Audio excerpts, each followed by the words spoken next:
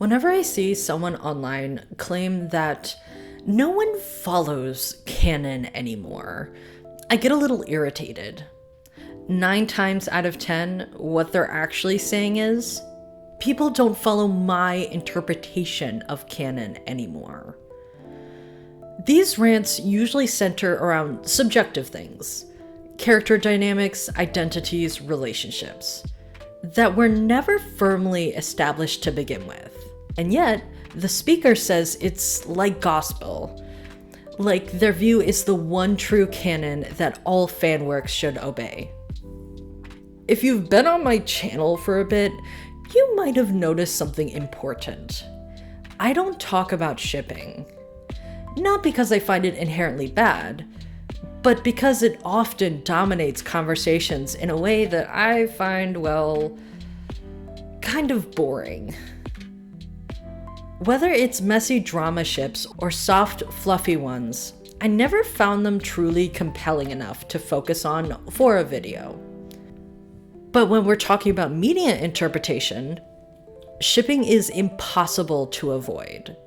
It's practically the blueprint for how people personalize and reinterpret stories. So let's talk about Bert and Ernie from the Muppets. But before we go in depth on that, let me introduce myself. Hi, I'm Sunny Dionysus. I'm an artist, YouTuber, and most of all, an annoyance. I'm fascinated by our digital age and how fandoms shape and reshape the stories they love. If that sounds appealing, make sure to subscribe and like the video. Few examples expose the messiness of canon versus interpretation better than Sesame Street's most iconic roommates.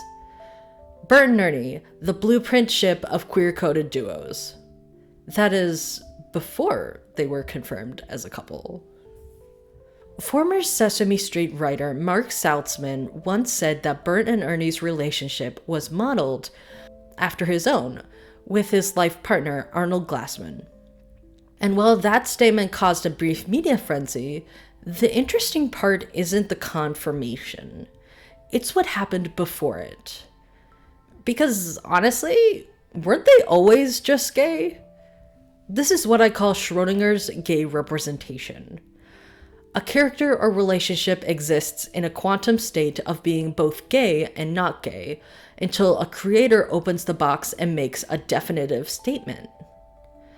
Before that moment, queerness is simultaneously just headcanon and so obvious, come on. And it exists in this limbo where fans can see themselves in the characters, but any attempt to name that queerness is brushed off or ignored. It's a way for the creators to benefit from queer audiences without making commitment.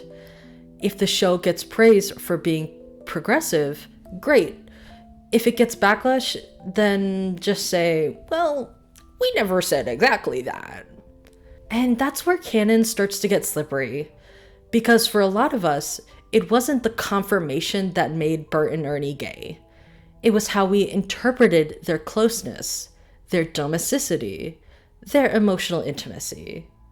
That was canon enough for us.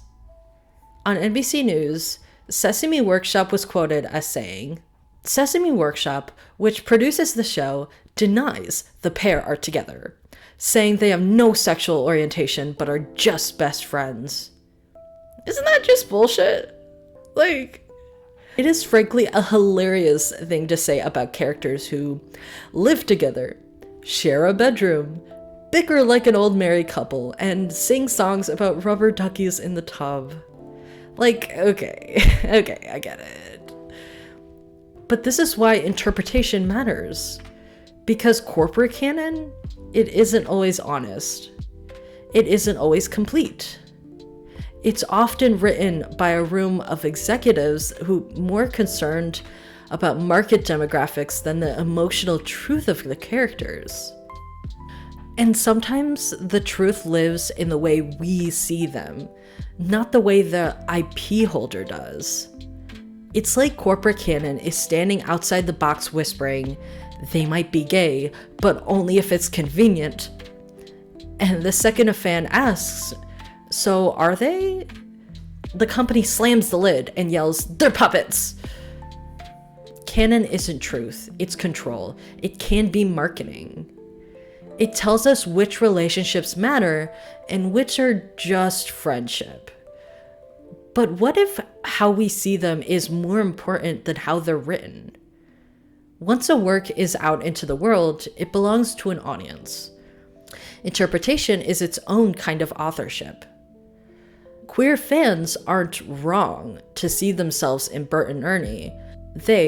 We are participating in the creative process.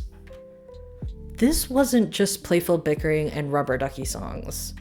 For Mark, writing Bert and Ernie as a couple was a comfort during unimaginable grief.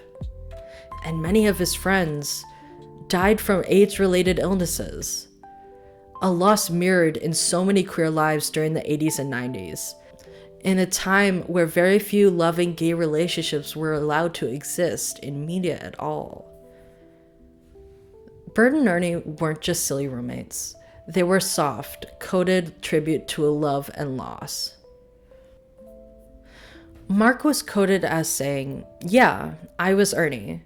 I look more Bert-ish, and Arnie was a film editor. If you thought of Bert with a job in the world, wouldn't that be perfect? Bert with his paperclips and organization. And I was the jokester, so it was the Bert and Ernie relationship. And I was already with Arnie when I came to Sesame Street.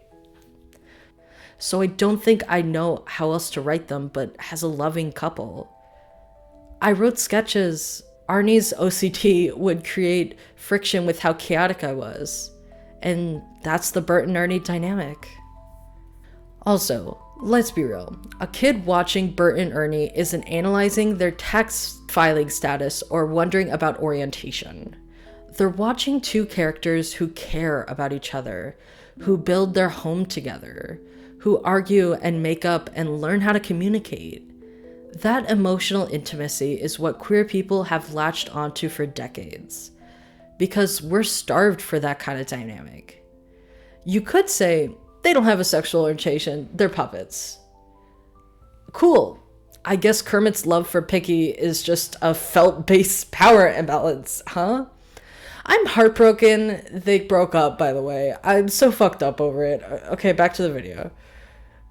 And when those dynamics are treated as jokes or misreadings, it creates this tension where queerness is only allowed to exist in subtext until the studio thinks it's profitable or palatable enough to acknowledge. Gonzo, my bestie Gonzo, is now canonically non-binary.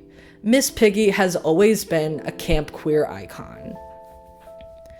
The Muppets have always been weird, theatrical, gender-bendy at times, affectionate, chaotic, and that's not just funny. It's deeply queer. They are not played inherently for laughs.